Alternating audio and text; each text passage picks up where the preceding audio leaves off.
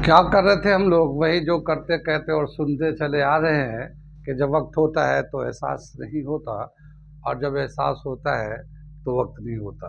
मैं साबिर अलीगढ़, आप देख रहे हैं ILCC अली क्लासेस, जो अलीगढ़ बेस्ड नीट जेई का रेजिडेंशियल कोचिंग क्लास है। साथ ही AMU, जामिया, BHU और दूसरे यूनिवर्सिटी के दूसरे एंट्रेंस की भी तैयारियां होती है। जैसे 9th है, 11th diploma engineer, BSc nursing, CET, CUET, paramedical, NDA, CDS, SSC वगैरह वगैरह बहुत सारी तैयारियाँ होती है। और अलग अलग सेक्शन है, अलग अलग ग्रुप तैयारी कराते हैं सबको, सबके टीचरों का अपना एक ग्रुप बना हुआ है। ठीक है, तो वो लोग जो लोग तैयारी करना चाहते हैं वो कांटेक्ट कर सकते हैं। ऑनलाइन ऑफलाइन दोनों ही मोड अवेलेबल है। हम लोग कर रहे थे फिजिक्स नीट 2024 का सोल्यूशन कर रहे थे, और बहुत सारे क्वेश्चन कर लिए। उसके आगे ये क्वेश्चन नंबर 9 आज हम लोग करने जा रहे हैं। ये जो क्वेश्चन दे रखा है, ये मैं इसे पढ़ता हूँ, समझाता हूँ और फिर करके दिखाता हूँ क्या है ये। ठीक है, ये क्वेश्चन को मैं समझा देता हूँ। ये फिगर बेस्ड क्वेश्चन है। ये फिगर बेस्ड क्वेश्चन है। जैसे ये दो ब्लॉक है, A एंड B ब्लॉक है, एक 2 kg का, एक 3 kg का है, दोनों एक दूसरे के साथ अटैच है। और ये एक सरफेस पे है, फ्रिक्शनलेस सरफेस पे है। यहाँ से एक फोर्स 10 न्यूटन का लगा रहे हैं। तो इन दोनों के बीच में कितना फोर्स लगेगा, A से B पे कितना फोर्स लगेगा, ये बताना है। A से B पे कितना फोर्स लग रहा होगा, ये बताना है। ये क्वेश्चन दे रखा है। ये आप पढ़ के समझ सकते हैं, पॉज करके रोक के देख सकते हैं, पढ़ सकते हैं, नोट कर सकते हैं। नीट ये T3 बुकलेट का है। ये T3 बुकलेट का है, क्योंकि बुकलेट का अलग अलग सीरीज होता है, तो उसी में क्वेश्चन का अलग अलग ऑर्डर आता है। तो ये T3 के बुकलेट के सीरीज के हिसाब से क्वेश्चन नंबर 9 है। ठीक, ये क्वेश्चन जो है 11th class laws of motion से है। ये क्वेश्चन लॉज ऑफ मोशन में फ्री बॉडी डायग्राम के बहुत अलग अलग तरह के क्वेश्चन है, लेकिन उन सारे क्वेश्चन में अगर कंपेयर करेंगे तो ये सबसे आसान क्वेश्चन है, easiest question. Laws of motion में फ्री बॉडी डायग्राम का जहाँ पे क्वेश्चन है, वहाँ पे जो सबसे आसान क्वेश्चन वो ये है। पहले मैं इस क्वेश्चन को करता हूँ, मैं इसको कंप्लीट करता हूँ, फिर मैं और भी बहुत सारे जो यहाँ से इस टॉपिक से रिलेवेंट क्वेश्चंस हैं या फिगर्स है, वो मैं एक्सप्लेन करूँगा उसको। ठीक है, इससे क्या हुआ कि आपको एक यहाँ से तो आंसर मिलेगा ही मिलेगा, और साथ ही यहाँ पे जितने भी रिलेवेंट टॉपिक्स हैं वो आपके नज़र में आ जाएगा, आपको समझ में आ जाएगा। ठीक है, तो पहले हम इस क्वेश्चन को करते हैं। क्या दे रखा है कि ये जो 10 न्यूटन का फोर्स लगा ये दोनों बॉडी पे M1 M2, तो इसको हम लोग ले लेते हैं। ये मास ऑफ A है, मास ऑफ B है, तो टोटल मास कितना हो जाएगा, सोल्यूशन करते हैं हम लोग। टोटल मास जो है, टोटल मास M ले लेते हैं, कैपिटल M से दिखाते हैं, M1 प्लस M2 जो भी वैल्यू होगा हम लोग डाल देंगे। फोर्स अप्लाइड, जो फोर्स इस पे अप्लाइड कर रहे हैं एक्सटर्नल फोर्स, वो देखते हैं कितना है ये। तो ये फोर्स ले लेते हैं, जो भी वैल्यू होगा ले लेंगे हम लोग। When the force is applied on the combined body, the body start to accelerate. जब अगर बॉडी पे फोर्स लगाएंगे तो ये एक्सेलरेट करना शुरू करेगा। तो इस बॉडी का एक्सेलरेशन कितना होगा, तो एक्सेलरेशन, ठीक है, एक्सेलरेशन ऑफ द सिस्टम, ये जो बॉडी का सिस्टम है जो कंबाइंड है, इन दोनों का कितना एक्सेलरेशन होगा, तो ये आएगा फोर्स अपॉन टोटल मास, और इसको मैं ऐसे लिख सकते, force upon M1 plus M2, ये हमारा आ जाएगा एक्सेलरेशन।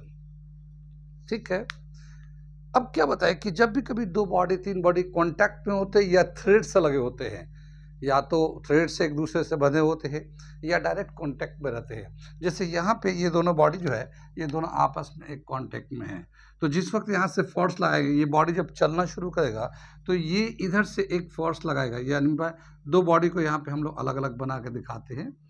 ये A बॉडी है और ये B बॉडी है, ये इधर से फोर्स लगाएगा तो इधर से एक उतना ही इक्वल एंड अपोजिट फोर्स लग जाएगा ये।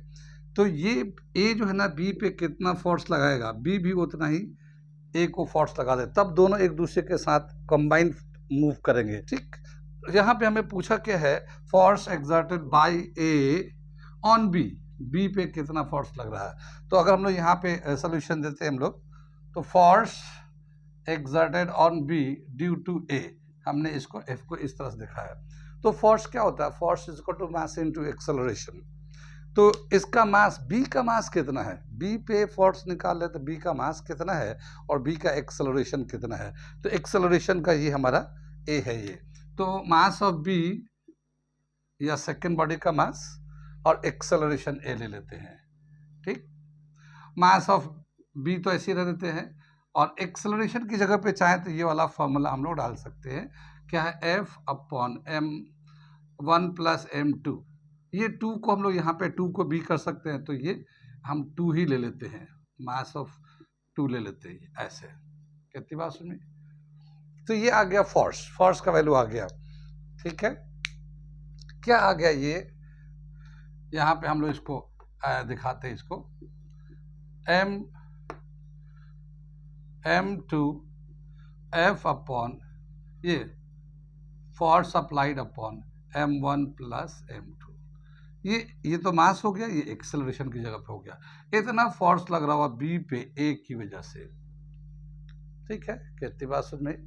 ये एक हमारा जनरल फॉर्मूला बन गया। वैसे तो हम लोग वैल्यू डाल के यहीं से निकाल लेते, लेकिन ये एक हमारा जनरल फॉर्मूला हो गया, ठीक। अब क्या हुआ? मास का जो यहाँ पे जो मास ऑफ सेकेंड बॉडी कितना दे रखा? 3। ये फोर्स कितना? 10 न्यूटन का है। ये मास 1 कितना है? 2 + 3।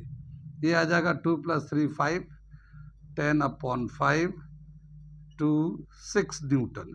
तो ये जो फोर्स लग रहा है B पे A की वजह से, वो 6 न्यूटन का फोर्स लग रहा है। और ये जो है हमारा इसके हिसाब से आंसर जो है A आ जाएगा। A आंसर आ गया, ठीक है। बहुत ही आसान सवाल है ये। 3 भी हो, जैसे यहाँ पे 2 मास दे रखा, 2 मास एक दूसरे के साथ कांटेक्ट पे है, सेपरेशन में भी होते हैं, और 2 से ज़्यादा 3 भी 4 भी होते हैं।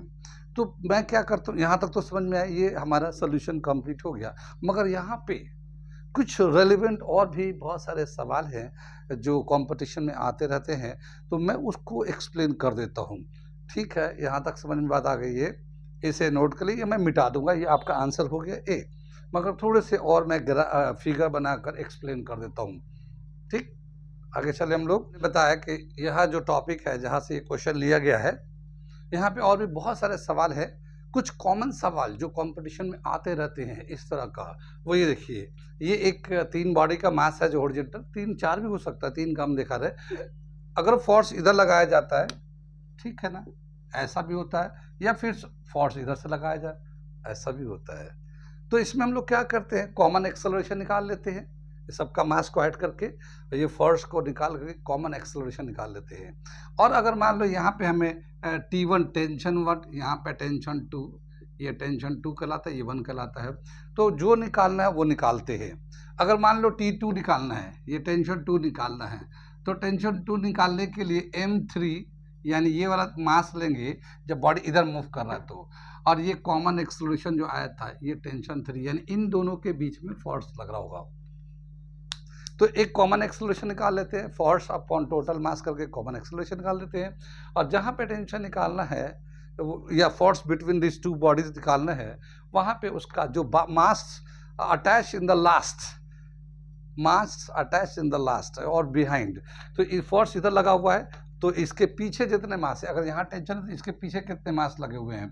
अब जैसे ये फोर्स लग रहा है, अब हमें टेंशन यहाँ पे इसके हिसाब से T1 यहाँ ले लेंगे और ये T2 यहाँ लेंगे।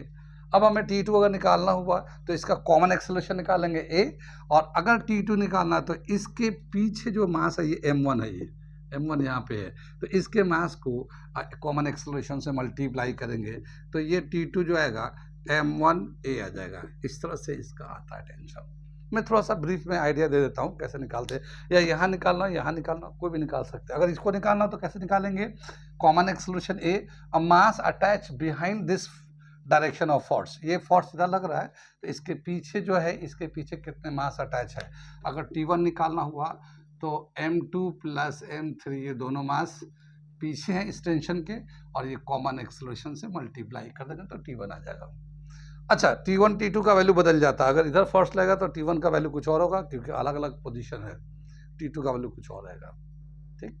ऐसे ही अगर मास ऐसे लटका हुआ हो और ऊपर की तरफ जा रहा हो, तो यहाँ पे ग्रेविटी भी लेते हैं हम लोग, ग्रेविटी अगेंस्ट द ग्रेविटी, यानी बॉडी जब अपवर्ड मूव करता है तो अगेंस्ट द ग्रेविटी जाता है तो ग्रेविटी को भी लेते हैं हम लोग, कंसीडर करते हैं।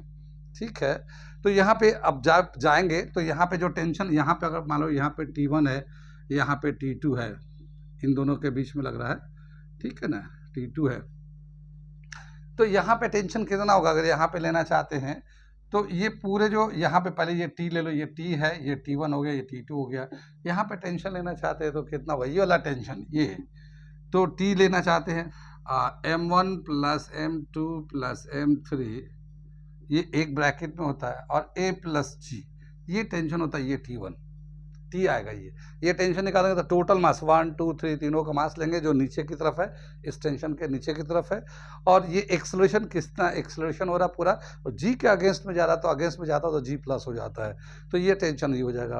अगर हमें T1 निकालना चाहते हैं, T1 निकालेंगे तो इस मास को छोड़ देंगे, इसके मास नीचे जो अटैच है जैसे M2 M3 है तो A प्लस G, इसको ऐसे मल्टीप्लाई कर देंगे, ये T1 का वैल्यू आ जाएगा। अगर T2 का वैल्यू निकालना चाहते हैं तो इसके नीचे का मास जो है ना M3 है, ये M3 A ऑफ G ऐसे निकाल लेंगे। हाँ, लेकिन एक्सेलरेशन कैसे निकालेंगे, एक्सेलरेशन दिया रहता है या फिर उसको हम लोग को एक्सेलरेशन कैलकुलेट कर लेते हैं, यहाँ से समझ बात आ गई है। अगर इस तरह का है, ये इस तरह से पुली वाला सिस्टम भी है इसी सेक्शन में जहाँ पे ये अभी जो क्वेश्चन दिया था बुक का, ऐसे पुली वाला सिस्टम भी है। पुली वाला सिस्टम तो जानते ही हैं, इसका भी बहुत कॉमन क्वेश्चन है, ये भी को बहुत कॉमन आता है। तो यहाँ तो हमने एक एक मास दोनों तरफ लगाया, पुली के एक एक तरफ लगाया है। अगर मान लो ये मास नीचे की तरफ जा रहा है, ये मास ऊपर की तरफ जा रहा है, तो ये नीचे की तरफ मूव कर रहा है, ये ऊपर की तरफ मूव कर रहा है, तो जो कॉमन एक्सेलरेशन होगा ये M2 नीचे जा रहा है तो M2 में से M1 को माइनस कर लेंगे, नीचे M1 plus M2 into G, ये हमारा एक्सेलरेशन का फॉर्मूला होता है इस बॉडी में। अगर पुली इस तरह से घूम रहा है तो ये बॉडी में एक कॉमन एक्सेलरेशन कितना होगा, तो जो बॉडी नीचे जा रहा होता, जो बॉडी नीचे मूव कर रहा है, M2 नीचे जा रहा है, M1 ऊपर जा रहा है, M2 माइनस M1, ये ऊपर में तो माइनस में कर लेते हैं, नीचे दोनों का मास प्लस कर लेते हैं, G से मल्टीप्लाई करते हैं, ये एक्सेलरेशन होता है। यहाँ पे एक टेंशन होता है दोनों तरफ, ये कॉमन टेंशन होता है।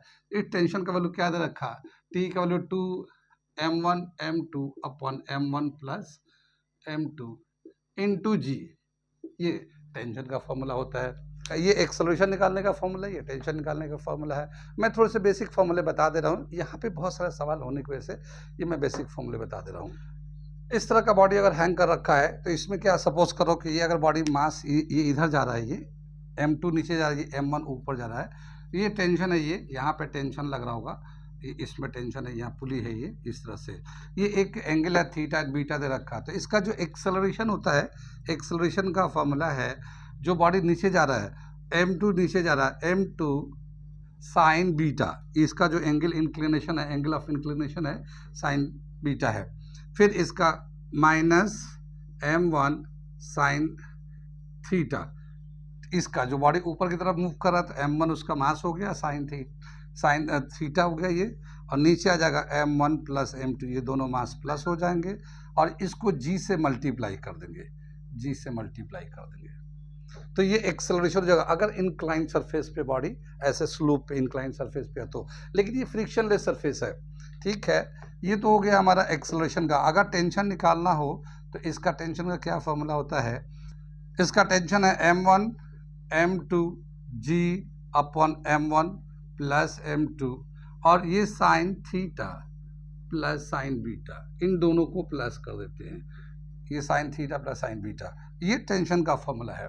कितनी बात सुन में, ऐसे हमने बहुत सारे सवाल, ये तो हमने सिंपली इसके बाद इस पर फ्रिक्शन भी होता है, फ्रिक्शन भी आता है। फ्रिक्शनल अगर बॉडी है, फ्रिक्शनल सरफेस है, तो फ्रिक्शन का क्या इन्वॉल्वमेंट होता है उसको लेकर भी क्वेश्चन इसमें बनते हैं जो बॉडी पे टच है। इसके अलावा और भी बहुत सारे फिगर है, मैंने थोड़े से फिगर को डिस्कस कर दिया, और इस तरह के फिगर को हमने बहुत आज जहाँ पे ये हमने लॉज ऑफ मोशन का मेरा यूट्यूब चैनल पे पूरा बना कर रखा है, थ्योरी भी, फॉर्मूला ड्राइव भी करके दिखाया कि ये फॉर्मूले कैसे आए हैं, और फिर उसके बेस पे अलग अलग क्वेश्चन कराया भी है, और उसके शॉर्ट फॉर्मूले भी बताए हैं, वो शॉर्ट फॉर्मूला ड्राइव भी किया, उसके क्वेश्चन कराया भी है।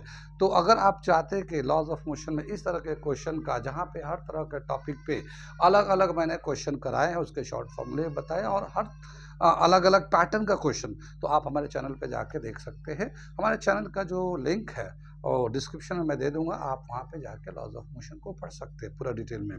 ठीक है, तो कहने का मतलब ये कि ये जो फिगर्स हैं वो उसी जगह से है, लेकिन जो क्वेश्चन दिया गया हमारे पेपर में वो सबसे सिंपल क्वेश्चन था, बहुत ही आसान क्वेश्चन था। तो नीट में ऐसा नहीं कि हर क्वेश्चन मुश्किल ही होता है, न्यूमेरिकल तो होते हैं मगर वो बैलेंस किया जाता है, कहीं थोड़ा मुश्किल कहीं थोड़ा आसान करके पूरे को बैलेंस किया जाता है। तो इस तरह के सवाल बनते हैं नीट में। आप लोग जाके अगर हमारे क्वेश्चन, मैंने यहाँ पे जो सवाल बनाया है वो ऐसे सवाल है कि अगर आप उतने सवाल कर लेंगे तो नीट का सवाल आप आराम से कर देंगे। वो हमने ऑलरेडी सॉल्व करके वहाँ पे दिया है। वहाँ पे मैंने शॉर्ट ट्रिक भी बताया कम से कम टाइम में कैसे कर लेंगे। तो वो उतना क्वेश्चन अगर आपने कर लिया और समझ लिया तो नीट का क्वेश्चन आपका, नीट है जेई है, वो दोनों क्वेश्चन आप बहुत आराम से कर सकते हैं। आपको अगर समझ में आ रहा है तो आप हमारे चैनल को लाइक करें, शेयर करें, सब्सक्राइब करें, अगर आप यूट्यूब पे देख रहे हैं तो। और अगर फेसबुक पे देख रहे हैं तो आप हमें फॉलो करें।